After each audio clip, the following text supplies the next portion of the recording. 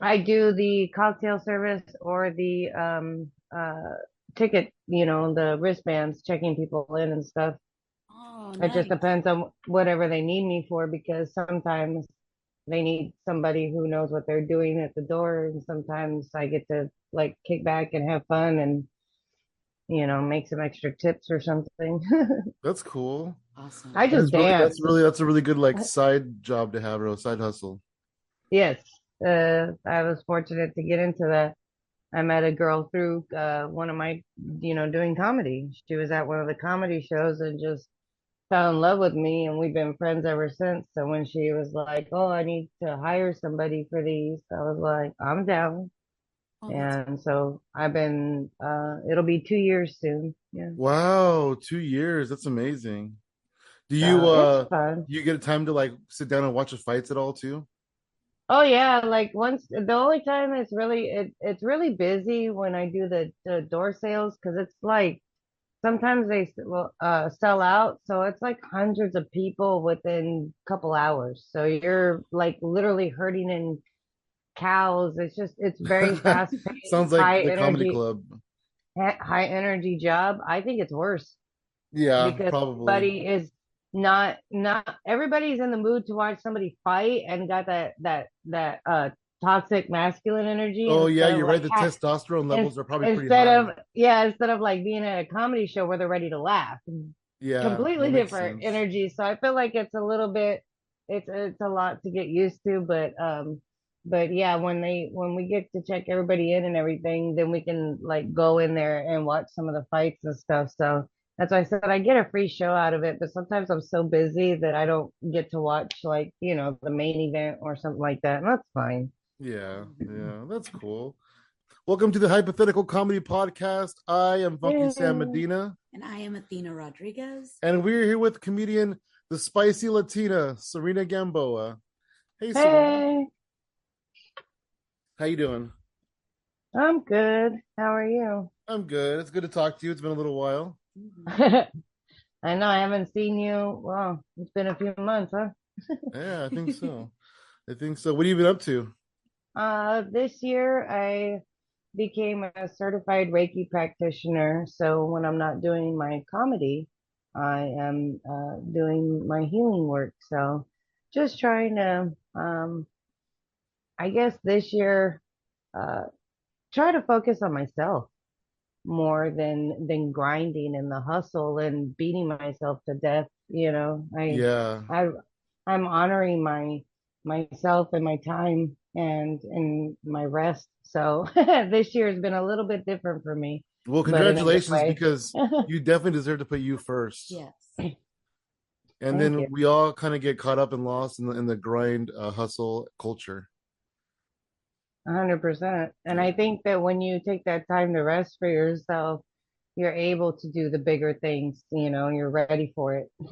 Hmm. Yeah, absolutely. Yeah, because when you're like grinding and you have your nose down to the steel or whatever, yeah, other opportunities can kind of pass by you and you may not even notice them.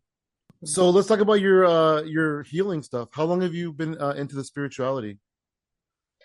I would say since I was a kid, I've always been in the rocks, and things that made me feel different or made me, apart from the crowd. I was always more sensitive person, so I feel like I've always had some innate abilities that you're just not sure of, or you're not aware of yet as a child. Nobody teaches you those things, and especially in our if you're Hispanic or in our generation, sometimes those things are a bit lost. So I feel like Yeah, here in my older years, I've been getting into it more because it is, you see more, it's more prevalent, crystals and healing and tarot cards and that kind of thing. So it's really nice to see that kind of community being more welcomed and more highlighted. absolutely. Yeah, it is really good to see it more just mainstream welcome, like you said. But you're right though, the Latino culture kind of sometimes can stifle that. I remember, like Athena, her family's like, don't do that stuff and whatever. And so I'm sure you got a little bit of that too. At what point did you realize that you were that you kind of knew what it was a little bit? When I was a teenager, one of my very first, like, real relationships.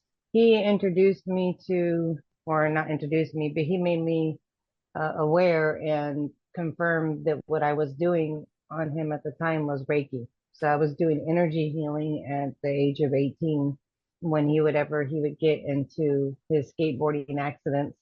He would always break bones and do Ouch. stupid shit. So I would be sitting there and with my mind, I would really like try to, I would say heal him, with my kisses, but I would, I was actually doing energy work through my hands. So he confirmed it for me that, he did feel better, and I seen like his wounds would go like halfway down. So it was really cool to see like the inflammation, like visually, like see the healing happen. And I'm like, I did that. And he's like, yeah, you did. And I'm like, Wow. no way. But now I realize, yeah, I really was. So I say, God bless his soul, because he was really, really grateful for that. Him telling me, yeah, you did heal me. So Yeah. I've been doing it since I was young, and then before I started comedy, I was doing massage. I was doing acupuncture, studying acupuncture and doing massage therapy. So I was healing people through my hands that way as well. But it wasn't really, I didn't know that that's what was happening. But whenever people would request me for a massage and stuff, they were actually requesting, I think, my healing energy. So. Wow. That's incredible that you were doing the healing energy. You had no idea. My intentions were there, but Yeah. I didn't know that. I guess you can be born with the attunements and Didn't know so the forth. power maybe that you had. Exactly. So thank you for that. Yeah, I'm now certified, so I can show people a piece of paper that says, no, I actually am attuned, whether, they believe I was born with it or not. I can show them. It's true. So Wow. That's awesome. thank Yeah. you. Did the massage therapy ever get like weird? Not like sexual, but like Yeah. because since you're well, of course, I'm sure. But like since you're sensitive, would you like absorb people's energy and feel like weird or angry or something like that? It's hard to say, because that was 10 over 10 years ago, so it's Yeah. hard to say back then. I think I was not in my a good headspace myself to understand if I was probably absorbing a lot more than I realized, but I was also in a dark place myself. So with, in my depression, so I think that the energy could have just been around me and I was already there. I'm not sure, but Yeah. No, yeah, that makes I sense. yeah, no, I was very selective with my customers because it did get weird even with the ones I knew. Yeah. And then I'm sure like when you're kind of depressed, you're in a bad place, your head's a little bit more cloudy, and so that stuff's not as easy to detect, and especially because you were younger and you didn't really know it that well yet Right, too. right. Yeah. Yeah, I had a lot of depression issues back then, so I'm really grateful that I could pull myself out of that to be where I am today. Because yeah, it's Absolutely. a big Because change. yeah, the Serena that we've always known, you're so like bright and just full of life and just like all this positive energy. So I'm really glad that you're able Oh, to pull yourself thank out of it you. too. Thank you. Comedy really is, I say, was a lifesaver for me when I started. It gave me a reason to live and stuff. It really helped shine a good light for me and help anchor me to be the person I am today. So I am very grateful for it, because it was nice to know that I could make other people feel the antithesis of what I felt. So Yeah. that's Yeah, that's super rad. When did you discover and fall in love with stand-up comedy? I was always raised with it. My dad would introduce me to stand-up comedy, HBO specials. And I remember, in fact, one of them was Jeff Dunham. And this black guy, I cannot remember his name, but it's still one of my favorites to this day. I need to ask him. I'm so bad about that. But it was like he didn't have, I don't think, any other specials after that. I think it might have been a one and done. But Oh, wow. um, yeah, it was very that was one of the first ones that I seen, and I was like, it's cool. And like I said, my was raised with it. My family's got a good sense of humor on my dad's side. So it was just something that was natural for us. But then when I got older, we were talking, and I've always been good with public speaking. So my dad and I were, just smoking a joint, and we're talking to each other. And he said, "You should try stand-up comedy. And, you're funny. You got jokes." And people would always say that growing up, "You got jokes, huh?" And what a good endorsement, because nobody really knows you as good as your dad at that point. Yeah. So when he said that, it was legit like a couple days later, Jimmy Manise reached out to me on Messenger and asked me, "Are we related?" And I was like, "God, no." What? Like, what? Whoa, I wasn't expecting that one.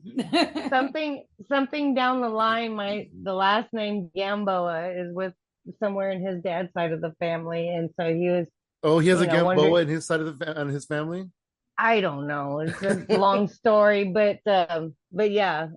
So he, I forgot why there's a Gamboa in there. I don't know if his dad was adopted or what. But anyways, when he said that to me, he was like, "But I'm a stand-up comedian," and I was like, "No way!" And he was like, "I'm going to be doing an open mic. Would you like to join me?" And he wanted me to come see his comedy, but I was like, "Wait, hold on. You know a place to go?" So Wow.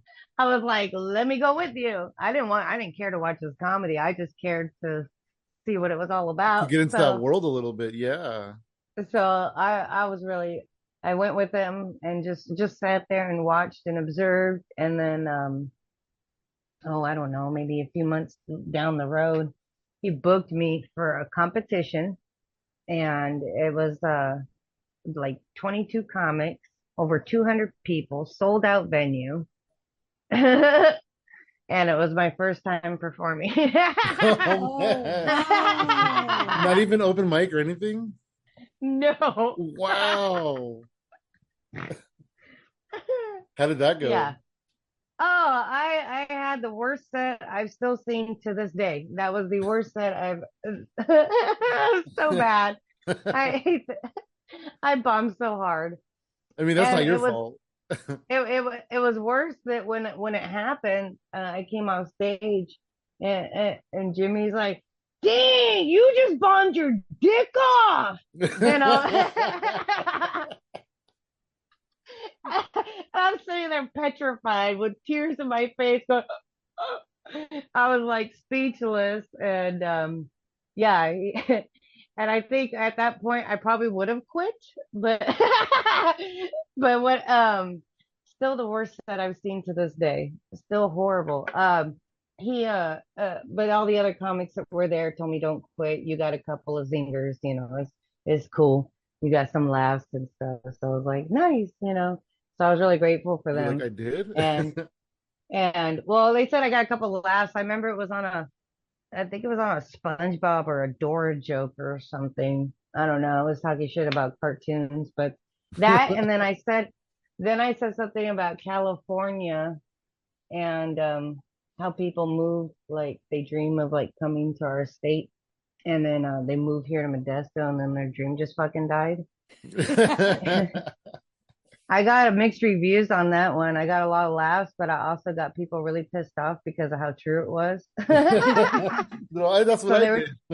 they were trying, yeah, exactly. They were trying to cancel that joke from the beginning, but I but I love still, I love that your dad put the idea of stand-up comedy in your head, and then a couple days later, like Jimmy reached out to you like out of nowhere. Like that's the yeah, universe going, you do this, girl. Hmm. yeah, 100%. They're like, "This is where you need to be, talking to people." And like I said, it really helped get me out of where I was at too. So it gave me a reason to live, and I've met so many great people, I know you said you through bombed your dick off, but did you feel it. great afterwards, like after you got off stage? Not at all. So, so I thought I was gonna go in there and just like, oh, I got a couple of like my premises were there, but I didn't know exactly how it was gonna come out. I think we're still like that. You don't know exactly how it's gonna come out verbatim. You just Yeah, kind of until wing you say it. it. Yeah. That's why you So, like, I got these jokes, but I need to say them at open mic to know how they're gonna go. so this is what is still one of the greatest stories. When I went up there, I had my ideas and I had a little piece of paper. I drank a half a beer, smoked a little bit, and I thought, oh, comics do, they loosen up. Because I would watch them. I would watch them kind of like, oh, take a shot first. I was like, maybe I need to do that, loosen up a little bit. But that was not good for me. I should not. So, but anyways, so I had this little piece of paper and I asked Leon Gibson, I don't want anybody to know that I'm new. So I don't want to read this paper like Adam, I don't want them to see me read the paper out of my hand. So what do you think I should do? And he said, in theory, good idea. But now as a regular veteran comic, terrible idea. He told me to put the piece of paper against my hand. And then every time I go to take a drink out of my mug, I would see my punchlines. And I was like, huh. You would have to have really good eyes to see through that thick, frosty beer mug, one. Yeah. If your paper doesn't disintegrate by then. Two, I wasn't experienced enough. I've never seen anybody do that. I'm not even experienced enough I don't even know if I could pull that off now. But so I Right? say I don't that think I could either. I say that's the cup that never got a drink out of, and it never made a punchline because I just stared endlessly into this cup at my paper, which I should have just I should have just not even picked up the cup. I should have just let the paper be in my hand. And if people see it was my first time, and they knew that, it was okay. I should have just went with the paper. But Yeah. I stood up there and I had the mic so far away from my mouth that everybody started doing this motion to me, starting with my ex-boyfriend and then a line of male comics. So I thought in my head, when they're doing this, they thought they were telling me that I was, eating a dick so bad up there that, they were I was mortified that they were telling me you're sucking a dick, So Felicia said it looked like I was gonna cry, puke, and pass out all at the same time. Wow. I said, What a first experience. I love that. I said, I said yes, yeah. So then yeah, I got up and they told me that it was because I just didn't have the mic to my mouth, that they couldn't hear me, and I go, oh, that makes sense. Yeah, no, a lot of new people do that. I did that too in the beginning. And then this veteran comic told me, he's all, once you do it a few times, you're gonna know how to gauge the mic just by talking into it a little bit. You're gonna know where you need it once you do it for a while. I And didn't it's like my true. voice. Yeah. So I'm all now I know that where to gauge the sound with, but I didn't Yeah, like my voice. exactly. Hearing it. I was like, oh, that's what it sounds like. Oh. I discovered that when I was a kid because I used to like record like myself on cassette tapes and stuff and play them back. I don't remember why, but I'm like, oh man, my voice is terrible, even as a child. I think we all feel like that about our voices, though. Right. Yeah. So, given that experience, how was your second time? I definitely put the mic to my mouth a little bit better. I actually had a better time. I think I was able to walk away feeling good about myself, and I was thinking, you know what? I like this. And so I ended up, I didn't get on that much in the beginning, but I didn't not didn't quit doing it. You know what I mean? Mhm. Yeah, The want was absolutely. still there. I just didn't have medically. That's when I found out I had epilepsy, Oh, and my wow. transportation was limited. So I feel like with at the time it was good that I wasn't out there, under the spotlights and stuff, going through that. So Yeah. Are you not able to drive because of epilepsy? yes. Okay, okay. Same. I mean, not because of that, but because of my eyes. So I Oh, definitely know the struggles. oh wow, I didn't know Yeah, that's why everywhere you see me, you see Athena too, because I can't get there without her. that. Huh. Yeah. Well, how do you get the Tommy T's? Well, I don't work there anymore, but I used to work in Pleasanton, and so she would take me Oh, to Pleasanton in the morning and then drop me off, and then I would just get a lift or whatever, walk over there oh, after okay. my Yeah, main because I job. saw you by yourself. I didn't see Athena. I was Yeah, like, no, you're wait, right hold about on. that. There was one time where I was booked at your show, Serena, and Sam was booked at a different show. I think it was I forgot where it Oh, it was. was Neck of the Woods, San Francisco, Oh, Yeah. I and still she was never booked done at that Art one. Music Place. Hmm. Yep, It was I think it our was your place. all ladies show. It was. And he was able to kind of like, because it was, SF, so he was able to use public transportation to get where he needed to go. And To then, like, Bart. after our shows ended, we met up with each other, and it was like so weird to us because it was the first time we were at two separate venues. Yeah, she dropped me off at Bart and then picked me up again at the end of the night. I remember that. And she's Yeah. like, I gotta go get Sam. And then you had That was flowers. good times. You had flowers waiting for her Oh, and I stuff. Oh, that was so did. Yeah, cool. I bought them at one of the BART stations. Oh, wow. Yeah, That's I cool. think it That was in worked San out. Francisco. I think I have held them all the way. It was like a big Oh, dude. This dude had all these like flower arrangements and stuff. But yeah, it was good. It was fun. that's cool. It was a good show for us too. Hell yeah. It was a fun venue.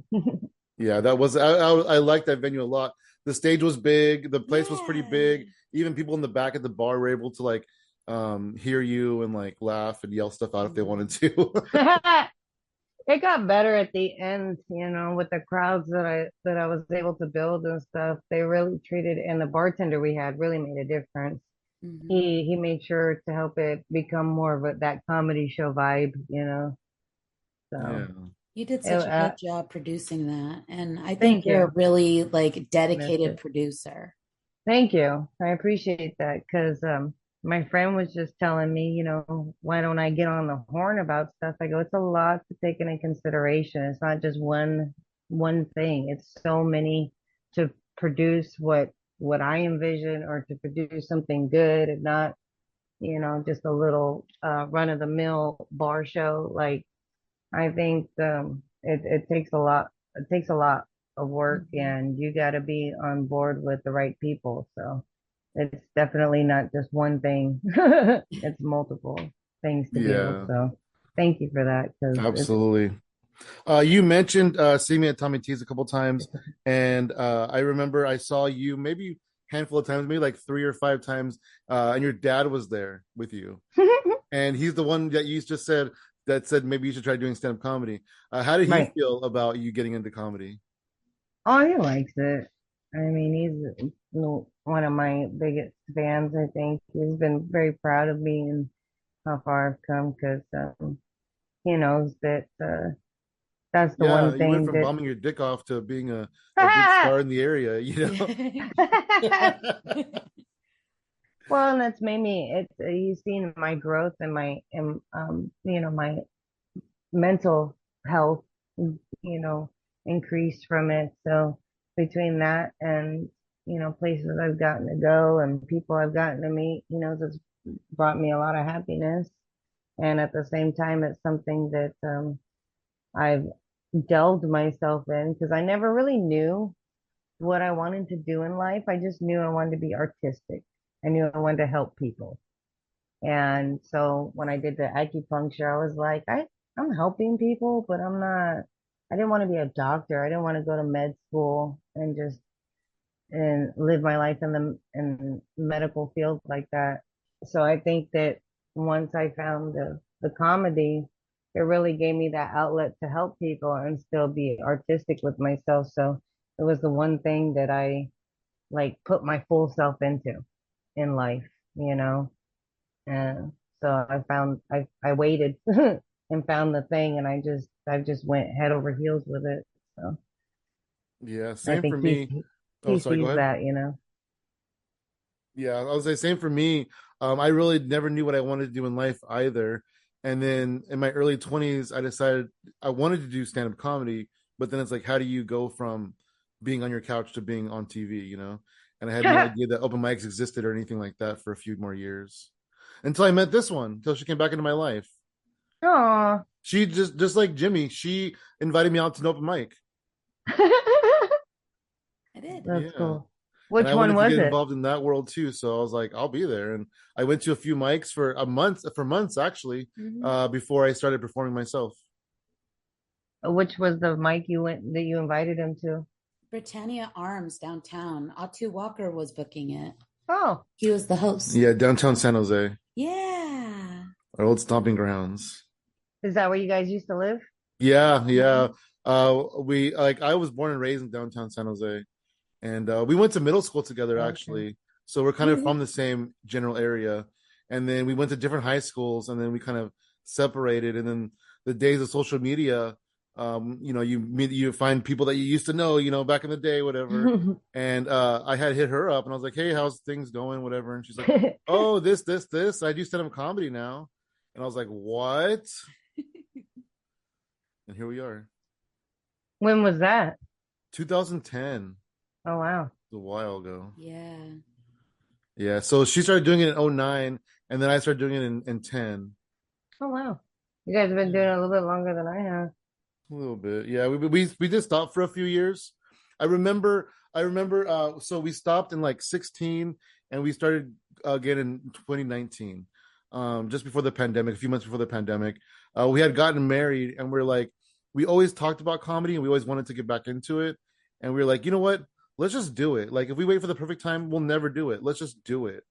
And then I remember you were kind of a big name in the area too, and we went Oh, to one of your shows, our music place, to go meet you, just to kind of get on your radar too on that in that oh, situation. that's sweet. Yeah, yeah, absolutely. It's nice to be. It's funny because people still register me as a Bay Area comic, and I'm like, I never lived in the Bay, but I'll take it because that's an upgrade from Modesto. Well, I feel like comics from other areas do so many shows in the Bay that you kind of like confuse them for Bay comics. Like Mhm. like I just found out that we interviewed Drew Schaefer, and I thought he was in the Bay Area, but he's in Sacramento. Sack. Yeah. Yep. Yeah. And one I used to get confused with was his name is Alan Vukanovich, Oh, I don't know that person. and he lives in Manteca or Stockton or something. Cool. Oh man, he's But your a lot of people neighbor. don't remember. A lot of people don't remember that he's a two, like he lives in the 209 because he's always in the Bay. Nice. Yeah, so we live in Tracy, which is Yep. not in the Bay Area, kind of on the outskirts of the Bay Area. But I still, to the day I die, will claim to be a San Jose comedian. And then whenever like I reach out to people or I try to like sound cool, I always say that I'm a Bay Area comedian. Your That root. works. My roots, absolutely. I wouldn't claim Tracy. The human traffic capital. Yeah, I hear that. That's crazy. I've heard that. I did a Jacob, show though. I Jacob. did a show in Stockton, and it was for the city of Stockton recently, and they Oh, nice. announced that I was coming from Tracy, and the whole place cheered, Oh. and I was like, "Oh man, these people have low standards." So I did my Well, Tracy they're not. jokes. Tracy's better than Stockton, so can you blame Like him? this fancy guy. This guy all the Yeah. way from Tracy, what a celebrity! He might have seen MC Hammer at the grocery store. I should put that as a credit, huh? Like Oh, one time I did saw you? MC Hammer at the grocery store. And I've also been at Cobb's. Nice. Hell yeah. Hey, Someone so just asked me to autograph their tits yesterday at lunch. I just Oh, got lost. nice. wait, Yeah, I what did just you just say? Autograph what? their tits as I was walking to Oh, the their bathroom. tits. Nice. Yeah. I got lost and I was in a restaurant and just happened to run into some people that I knew and I was like, yeah, I could do that. That's cool. I thought that was cool because somebody took a picture with me the other day, Aw. but no tits. Yeah. They It's were tricky. man boobs, but I'll take it, you know. Yeah. It's pretty tricky with autographing titties because they could be sweaty and you're like trying to get the marker Oh. to write on there. She's done it a couple of times. I like it. At I remember least I two. remember the first time you Oh, did I it. get You one remember too. you're all proud of yourself. Yeah, you're like, yeah, new life goal accomplished. Yeah, yeah, right. That's how you know you made it when you signed tits. Yeah. So how did you go from being not very good to like just being a great comedian? Oh, it was terrible. Let's not sugarcoat it. No. I'm trying to be nice here, Serena. No. No, Eating dicks. I yeah, a whole bag of them. Um, I what was the question again? No. Just how did you like just your rise? How did you become a great comedian? Oh, I don't know how to answer that one because I still struggle to see myself as that. But I think honestly see, I've always said I'm not a comics comic, I'm a people's comic. I'm not trying to shoot myself on the foot with that one, but I've always been a person that's able to just, talk to people and make friends and stuff. So I feel like being out there in the world and just getting to meet different walks of life, traveling, going to different venues and different crowds just kind of helps you to be a stronger comic because you're finding what works with everybody, what resonates with everybody. And at the end of the day, it's just who we are as a person and our energy that they appreciate. They're people are so easy to make laugh when they're going to a comedy show. That's what they're there for. So Yeah. people are, what do you say, forgiving. Like they'll laugh at bad comedy. I've seen it. They've laughed at my bad jokes. Self-awareness, honestly. At the end of the day, there's a lot of Yeah. comics, like I said, they don't have that. They don't understand the difference between belly laughs and nervous laughs. And I think in the beginning, we all get the nervous laughs. But when you really realize what works for you, who you are as a person, what kind of energy you want to give off or what you want to sell to your audience and how you want them to perceive you. I feel like once you're comfortable in your own skin and know your voice and how you want to present it, that really helps. And the awareness of like, okay, these are what's going to get the belly laughs, for me. Maybe not for that guy, but for me, this works. I would say comedy has really helped me to be just feel better about myself Oh, as a yeah. human being. Yeah, right. And then I like the way you said about the belly laughs versus the nervous laughs because a lot of comics will just get those nervous laughs and they'll just write on those for as long as they can. Mm-hmm. So yeah. And the people are still laughing though. At the Mhm. end of the day, like I said, they're forgiving. They're still laughing at that stuff. And they're still gonna tell you you did a good job. They're still gonna walk away saying I had a good time. Yeah, Even if that's true. You're right about that. but the connection, is important. So those people maybe aren't connecting with their audience, but they're still getting the laughs. So I'm the type of person I want to be able to connect with people and have them like, come out to another show and want to hang out with me.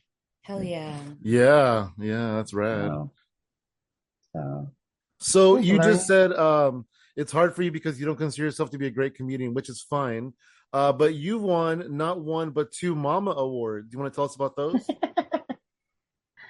Um, so the Mama Award stands for Modesto Area Music Award, and they have a comedy portion, just like the Grammys. They have a little, at the very bottom, but it's for the all of 209.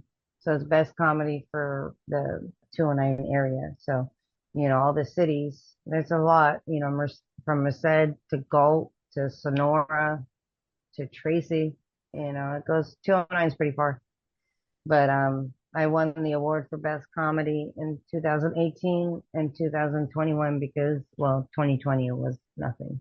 Yeah, Nobody award. nobody got that award in 2020. Nobody's getting any They was just awards. blank. Maybe the Yeah. Zoom awards. That's about it. That's So you incredible, guys would have though. won that one. That's awesome though. Thank you. So like what is it like? Because I've seen pictures of you winning the award and stuff, and it's this huge place and there's a ton of people there. It's the State Theater in Modesto, and it's like the one time a year where it's like a little red carpet, people dress nice, put their best foot forward. But to get nominated, not just your peers, but other venues, other producers.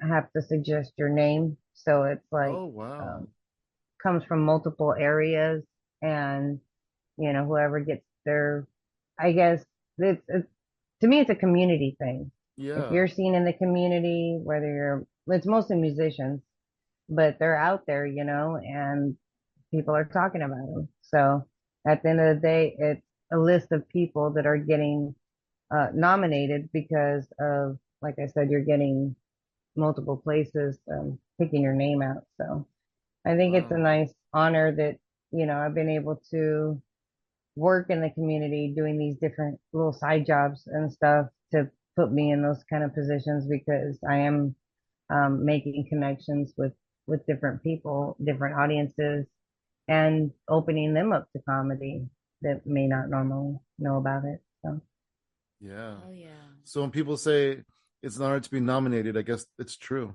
Hmm.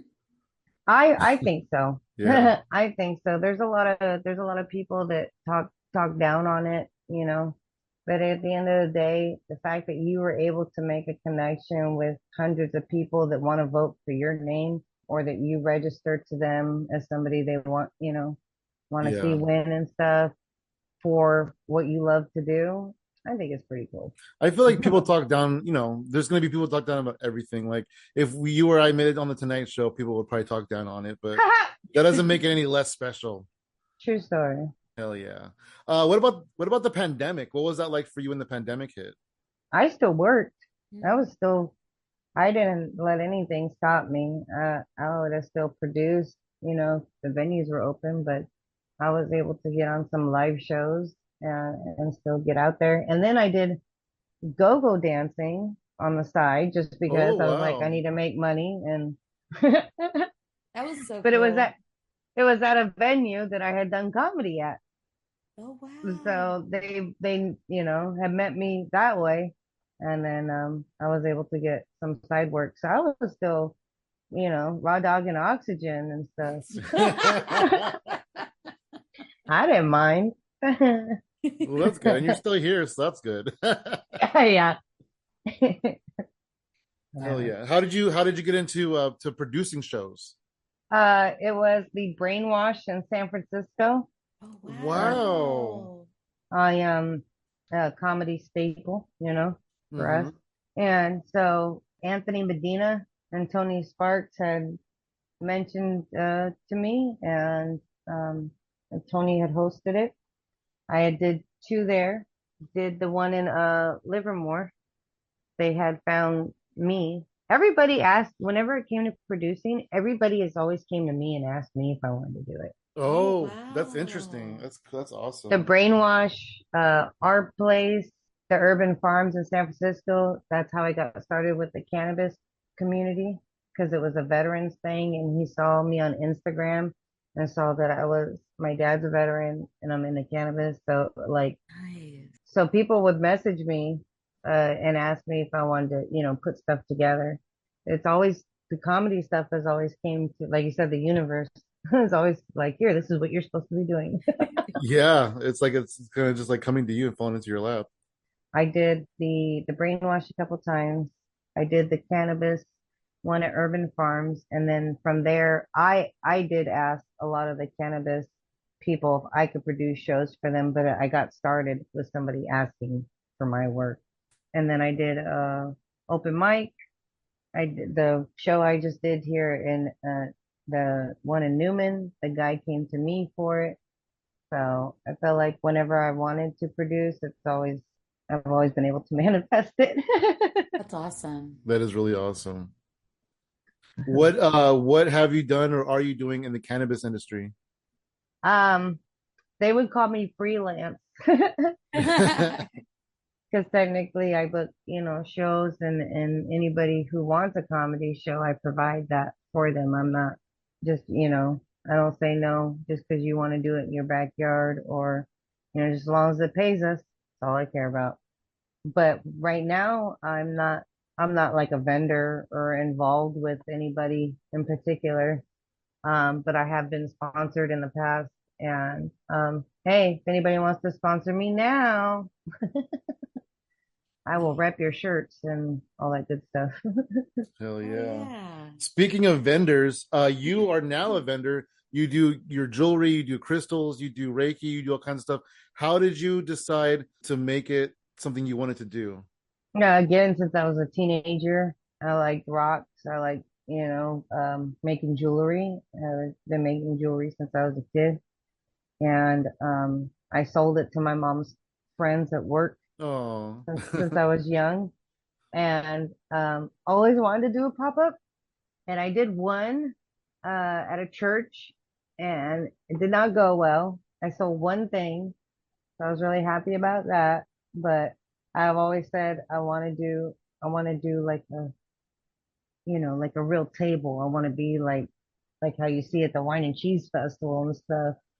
So it was always there in my head of something I wanted to do with my jewelry. And then sure enough, here I am.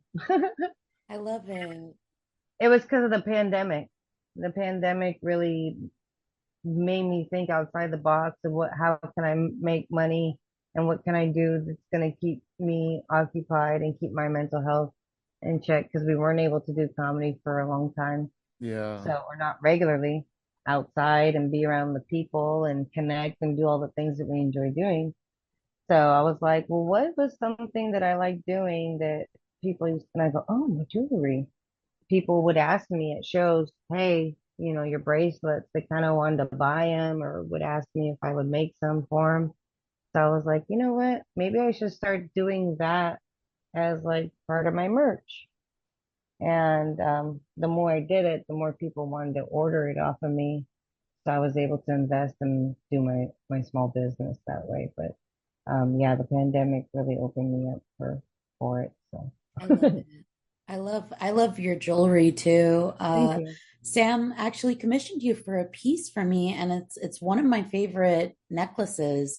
It's got a lot of different crystals like amethyst and citrine, but one of the things I really enjoy is the pendant part of it, which is a tree, and it has the Serenity Prayer, which is one of my favorite serenity like that prayer is so important to me because I do get overwhelmed with a lot of stuff in which uh, I have to remember what I can control and what I can't.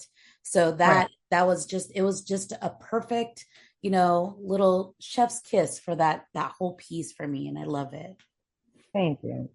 That gave me chills when you were talking about it because that meant a lot to Sam, I know, and it meant a lot to me too to create something for you that would really give you that peace and that love that he has for you. So Oh, Oh, thank I couldn't have said it better myself. you. he was really what do you call that? I had his help with a lot of it, Yeah, his I was really input. hands on with it. Yeah. I was like, do you like this? Do you like that? So, it came out the way it did with Sam's help. So that's pretty neat. Hell yeah. I can't say that about other people's stuff. I just Oh, do that's what I do cool. Well, and you thanks get for what you including me get. in the process. I appreciate it. Definitely more customized. Yeah. So what is it that you're currently doing with your small business and how can people find it? I'm gonna be doing a pop-up in Modesto at the Art Walk on Ooh. August 17th. It's a Thursday, starting at I want to say 4 or 5 p.m. Oh Just come wow. out in the evening, but it's gonna be in downtown Modesto. I forget the name of the venue, but it's across from Shea Roots. And it's like the streets of Modesto, you're gonna see people walking around because they have art exhibits and different vendors and things. So you can't miss it if you're in the area. But they're gonna be doing that, and then I hope to do more pop-ups in the summer here. But anybody who is interested in my jewelry, Reiki, card readings, comedy shows, whatever, they can add me on Instagram at the Spicy Latina. Ask me for an order that way because I don't have a website or a shop, but I do all my business through Instagram or Messenger. That's cool. Hell I yeah. love it. Hell yeah. Do you do modeling too? I do. Tell us about that, how It's you got a into that. it's a fun hobby. I actually asked a friend to do some headshots for me. and because I needed to, start my comedy portfolio, and that was 6, 7 years ago that he had done those pictures, and we ended up doing some side pictures, just had a lot of fun with it. And through that, I met several photographers. Again, they asked me if I wanted to work with them through Instagram. They'd see a picture and be like, "Oh yeah, you want to shoot sometime?" So I've gotten a lot of work, and through that, I was able to get published in a few magazines. So Wow, um, that's cool. What magazines were you in? one of them's called Godiva, Cat Club, Retro Lovely, and I forget the name of the other one. That's awesome. Mm-hmm. I didn't even realize that you were like that successful in it, that you were published and stuff. That's really cool. Thank you. Hell yeah. Yeah, the photographers I work with have been there's ones that I prefer a little bit more than others. Yeah, the two that got me published are I would say are my favorites because they've just Yeah. really cool people all around. Mm-hmm. Yeah. That's And they awesome.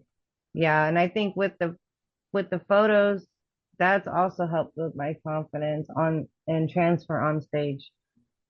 Seeing yourself that way, and you can see the things maybe you need to work on or that you like about yourself. It's definitely between that and the comedy, my confidence has grown immensely since I started. That's great. Thank I you. like that. Yeah, that's incredible. Well, Serena, what kind of stuff are you looking to manifest for, let's say, going into 2024? Oh, wow. Well, I would say life goals or comedy goals. I would What I'll say go. I would life say goals. whatever's out there in your vision. Well, I'll keep the life goals for myself, but I would say for the comedy goals, I would definitely I would like it to be where it's paying better to where I can live off of my income more. And not only that, travel. Hey, if I get passed at a comedy club, that's cool too. I ain't gonna scoff at opening for somebody. But I just love to travel. So, and getting to eat exotic foods that I wouldn't normally and meet new people. Yeah. So for Eating's me, our favorite part of traveling too. I, I really want to go back to Vegas and do some more tours and stuff. So whenever the universe aligns me for it, I definitely want to get back out there and just run around and have fun with people. Hell yeah. That's awesome. You do all kinds of awesome stuff. You're everywhere. You're out there, man. That's incredible. I love it. Mhm. Thank you. You guys ever been to Vegas? We have been to Vegas, but not for comedy. Yeah. Well, We if went you to do ever get a hair up your ass and want to go out there, I know it's a bit of a drive, but I can refer you to some names because there's a lot of great people out there, and they're really a very welcoming community, especially with out of towners and new people. So I really enjoy the state of Nevada because Reno and Las Vegas have just been Mhm. so welcoming. That's awesome. Yeah, we did some open mics in Reno in 2019. Yeah. But yeah, not Vegas yet, but hopefully soon. Yeah, Doesn't it's that a we'll good manifest time. for You'll enjoy it. ourselves. Maybe when we do, we Yeah, could do a road go trip to with you, Serena. yeah. That'd be awesome. That'd be fun. Mhm. Awesome, Serena. Well, thank you so much for joining us. Thank you. You I said your appreciate Instagram, you but guys. I'm sorry, go ahead. No, I said I appreciate you guys, and I do hope to see you Hell on some yeah. more, to be on some shows with you soon, because Oh yeah. it's been a minute since we got to work together. It has been. It has been. It's been too long. You said your Instagram was the Spicy Latina. Do you want to plug any other social media, or is it all the same? It's all the same. Nice. Well, in that case, you can find me at Funky Sam Medina across the board, And I'm at She Shines for You, all spelled out, no numbers. and everything else at Hypothetical Comedy. Awesome, Serena. Thank you so much. Thank you.